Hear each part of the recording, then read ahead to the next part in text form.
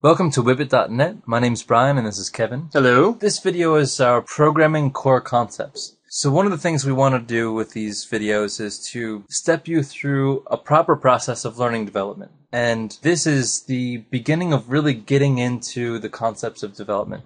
So we want to teach you the core components of what it means to develop before we start walking into languages. And once we walk into languages, we'll start building on that knowledge that we have, which is all based on this foundational video, later with higher level languages and just illustrating the differences. So this is, if you're new to programming, this is a great video. If you've been programming for a while, this is also a good video for you to move through to solidify your foundational concepts of development. The first concept that we're going to talk about is a very fundamental concept, and that is syntax. It's something that can very easily be overlooked. Mm-hmm. In every language, like English and Spanish and French, you have a different dictionary. Mm-hmm. So you have an English dictionary, a French dictionary, a Spanish dictionary. Each of these dictionaries is kind of like a syntax. Oh, it is a syntax. So when you speak Spanish, you have an O at the end of the word to present a masculine form, and you say this before that. And an A for the feminine form. Right. And in English, you do something else. So there's a lot of rules, and there's a lot of words that mean certain things in a language, and programming languages are no different. This is referred to as the syntax. Once you start getting into development, to switch to another language is basically to familiarize yourself with the new syntax. So a lot of times, somebody who speaks French will have a pretty easy transition moving to Italian. Everybody has a tough time switching into English.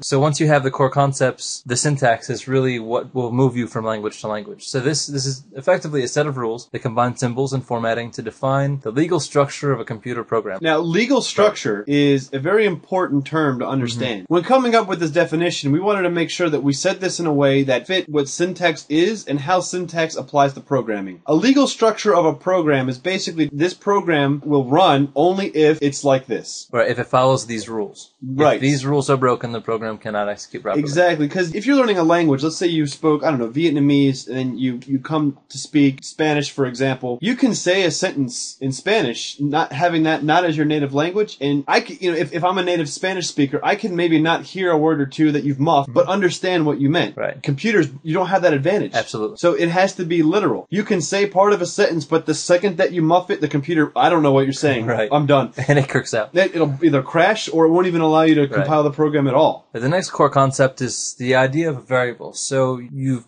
probably been exposed to variables in basic algebra.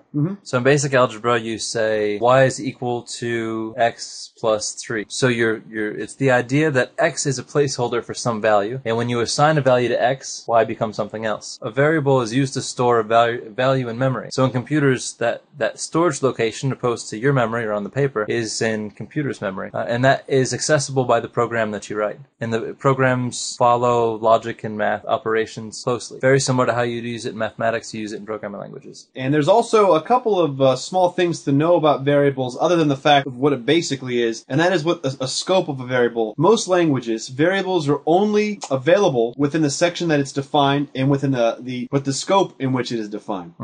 So you can kind of look at it as a hierarchy. This leads us to expressions. So an expression is a way to allow the variables to interact with each other. So you can say x is going to store the result of 1 plus 2, or x equals 1 plus 2. You wouldn't say 1 plus 2 equals x.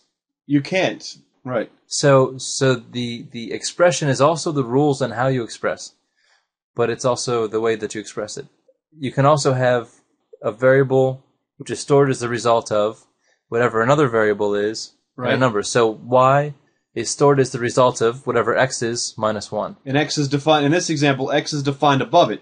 So in this example, like we were talking about scope just a moment ago, that equation can't exist unless x is already defined. Correct. So x has to be stored from 1 plus 2, or else when you go to store y is equal to x minus 1, x won't have a value. Exactly. Because you can't assume that a variable is going to start out as being 0, or that it's even a number. Right, exactly. Because in some languages are very loose on that type of thing. Right.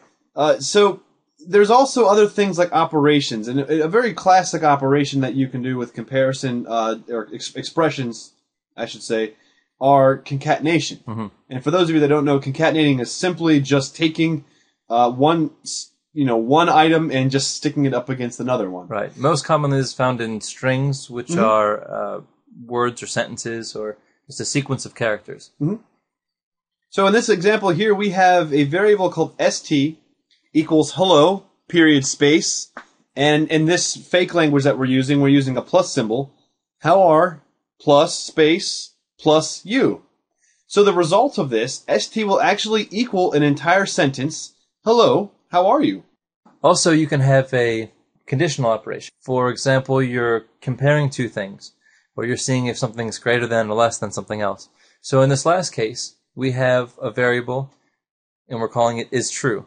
IsTrue can either be true or false. Mm-hmm. And in this case, isTrue is the result of is x equal to 2. X is equal to 3.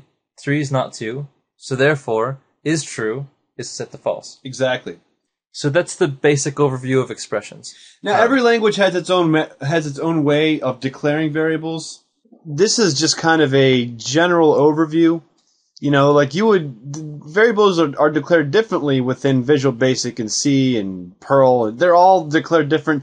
They all also store variables differently, and they're used kind of differently. But as a basic fundamental understanding of variables and expressions, this kind of gives you an overview of that. At least a starting point. Yeah.